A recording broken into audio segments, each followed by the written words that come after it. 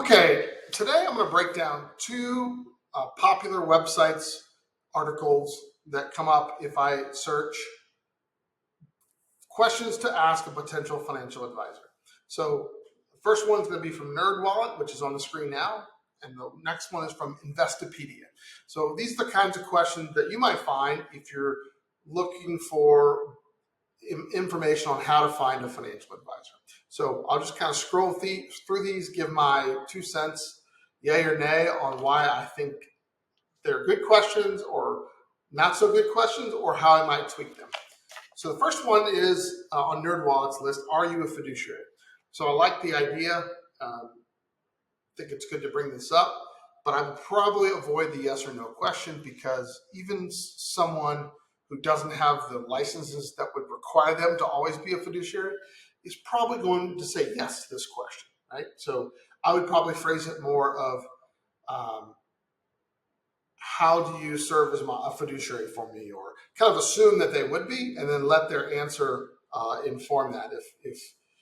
If they only have insurance licenses and no financial planning or investment advisory licenses, could be that they aren't, and you might have to research that to confirm their answer. But I would ask it in a much more open-ended way. So tell me about your fiduciary status. Tell me how you always work in my best interest.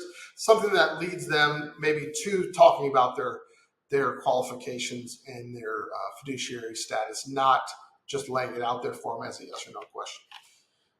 How do you get paid? I think that's a pretty good question. I think it's open-ended, very direct, very clear what you're asking, and the detail or lack thereof would help you get a sense of whether the advisor is going to be transparent and open with you, or if they're going to say, well, the insurance company pays me, there's no cost to you, which might be true, but that's going to inform how they're working. This comment here, make sure it's fee only, those particular words. There's another article about why fee only might not always be the answer, so you can go check that video out. But I think that is good, but by itself, it's not enough. So I like this. How do you get paid? And a lot of these questions, if you listen to how they answer and you try to ask good follow-up questions, if you don't understand a term, say, I'm sorry, what does that term mean? Or what do you mean by that? Don't be afraid to ask follow-up questions. If an answer has jargon or terminology, even if you think you should understand it, don't be afraid to ask what it means. Number 3 is related to how do you get paid? What are my all-in costs? This one's okay, but I think I would prefer, again, more open-ended to what kind of costs would I incur in working with you? And that allows the advisor to sort of hopefully describe the compensation directly to them, and then also maybe what are the underlying investments cost. That usually is going to be could be a very detailed second question, or it could be an ongoing conversation. I think it's a lot more important that you trust the advisor and are willing to ask them later, hey, what is this mutual fund or this ETF or this account? How am I paying, or what are the costs in here? Doing that up front, I think it's going to be easy to have someone gloss over it or give you a great sales pitch sounding smooth answer. Or they can maybe give you more information than you want, depending on how much detail they go into. So a lot of times you could say, what kind of costs will I incur? You might say, what are my expense ratios on my investments to get to, are people, do they understand their other costs? Sure, they should, but you'd be surprised what some advisors will gloss over. So I like the question, I like the idea, but I like it more open-ended. What are your qualifications? I think that's very helpful. So, again, might tweak it to tell me about your qualifications, tell me about yourself. So if you're asking about the advisor, they'll probably tell you about why they're qualified, but it wouldn't hurt to ask it even a little more open-ended to give them a chance to talk about not just their qualification, but what's also important to them about their personal life or their values or how they work with people, etc. Related to that is, how will our relationship work? I think that's a great question. Open-ended, etc. I think that's excellent. You might also throw into there, what does your typical client relationship look like? And that would be a great one to ask ahead of time so that before you tell them about you. So if you have $1.5 million to invest and you're near retirement, and you say, tell me about your typical ideal client. And they describe a 35-year-old young couple, dual income, no kids, or just starting to hit peak earnings years, and you're 15 to 20 years down the road. You want to explore that and ask, okay, is this the right fit? And even ask, hey, how do you feel about working with someone that doesn't fit that profile? Again, more open-ended, not can you still help me? Because sometimes humans will tend to say, yeah, I can do that when asked a yes or no question. What's your investment philosophy? I think that's a great open-ended question. I think it's a secondary level question for someone you feel like if you have some level of trust, you like them, you've got that feeling that they might be the person for you. Because in a lot of cases, your investment philosophy, if you're hiring an advisor, oftentimes, if you're wanting to hand over your money for them to help you with, you're going to use their philosophy because you trust them, not because it's the best one out there. I tend to like the low-cost, diversified approach, but it's not perfect. It's not the only way. And if that's important to you, certainly ask and listen for those answers. But also it's hard to understand what that means if you're not really in the weeds. What asset allocation will you use? That's an okay question. I don't think I'd put it in my top 10 because the right answer is it depends, right? So this may or may not matter a lot in terms of all using. I do like international as well as large as well as U.S. Small and mid caps, that's great, but it's not going to be as important as, do you trust this person? Do you feel like they're looking out for you? Have they fully diagnosed you? The asset allocation can change as it needs to be. So that's a little too investment specific for my taste for being in the top 10. Same thing with number 8. What investment benchmarks do you use? It's fine, but I think that would be more down the line and more if you're into the investments. The idea of benchmarking just means, what are you comparing to? So if the market's made 12% in a given year and we made 11, but we took way less risk, that's great. But if the market made, especially if we're trying to grow, but if the market made negative 30, but we said we have to protect principal, even if we lose 10%, that might be great for a growth-oriented investor because that's an excellent against the benchmark of the average market was down 30% and we only lost 10. If you said I have to have this money next year, so I want it principal protected, that could be a problem. So benchmarking is a little bit down the list, I think, in terms of outside the top 10 of things I would be looking to talk to an advisor about up front. Who is your custodian? I think that's a great question. I might also add, and how did you choose them? Like, how did you end up here? That tell you probably get a little bit of background about the advisor, how they got either to their current state of business or what. There's probably some history or at least a little bit of explanation to why they use Charles Schwab, Fidelity, or why they're with a big firm or others.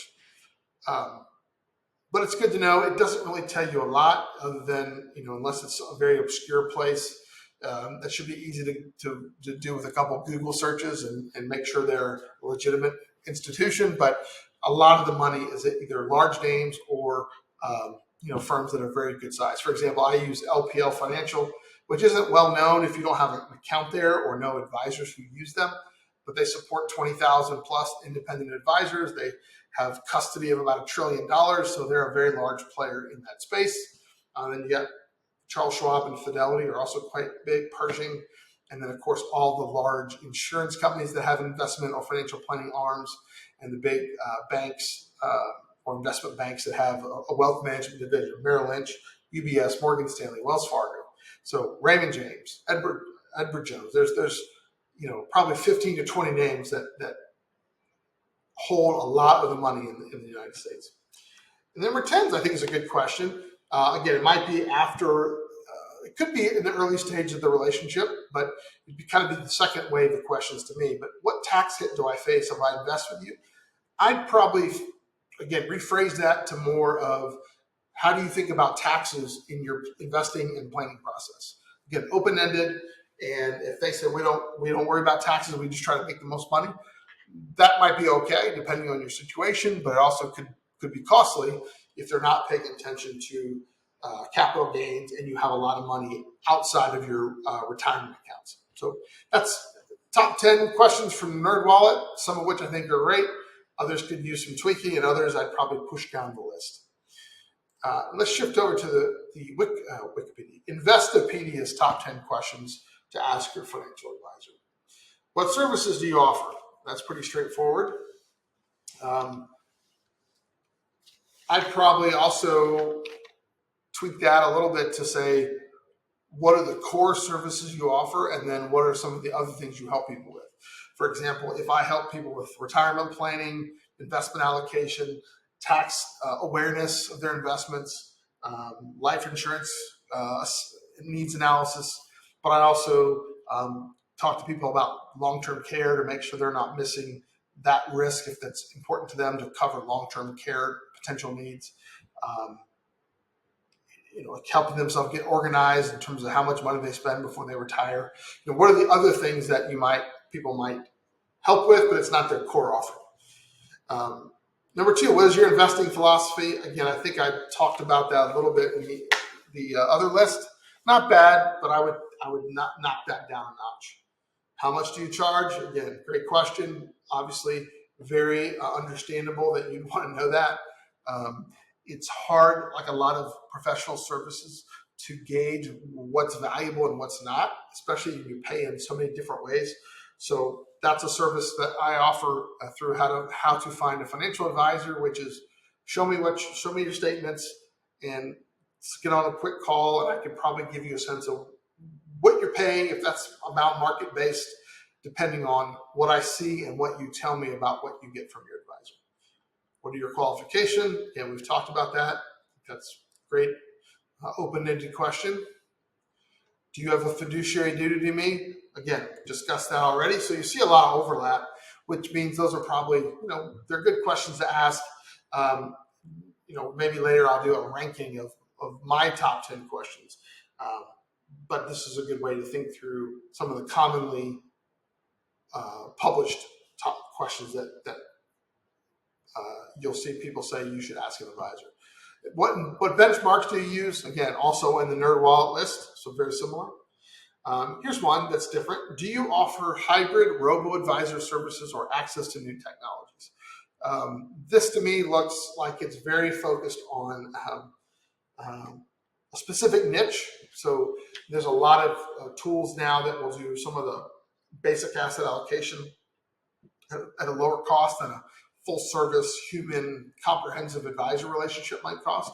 So this looks to me like it's maybe lending to Investopedia is going to make money through their affiliate program, where they're if they refer traffic to Wealthfront or Betterment, those types of robo advisors, or Vanguard's personal advisor services, or I think Fidelity has similar, or Schwab Intelligent Portfolios, maybe they're going to get revenue through those. So that seems a little more of a do-it-yourselfer type question.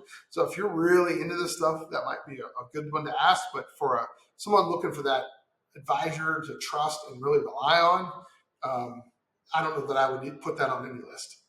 Same thing with number 8. What are the best options for my liquid and illiquid funds? It seems like a very specific question. I don't know that I've ever had anyone ask me that question in that form. A good advisor is going to be talking to you about how much to set aside for short-term needs, an emergency fund, et cetera. And then, illiquid funds, you never really want a fund to be illiquid, but if it's a long-term investment in a retirement account, you may not need direct access to it. But rarely do illiquid investments end up being a great fit for most individual investors. Which custodian do you use? Again, also on the NerdWallet list. Great question. And how often do I need to review and update my financial plan? So I think that's another good way of asking me, what does our relationship look like?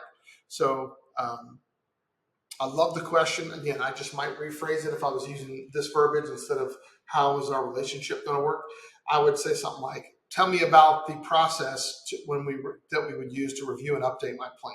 That way, it's very open-ended instead of just saying, oh, every 3 months or every 6 months. And if they say every 3 months or every 6 months, maybe say, what happens if I'm not available or I don't want to, or if you get busy, how do you regulate that? So don't be afraid to ask those, okay, what if questions that, because up front when you're doing this kind of this dating phase, that's a great time to ask that kind of question. So there's a quick rundown of how to think about some of these top questions that you might find online for what to ask a potential advisor. The ones I would say are a great fit, and others that can probably be moved down the list or avoided altogether. If you have any questions on how to go about doing this with someone you're interviewing, I'm happy to help. Just reach out and we'll get together. Thanks.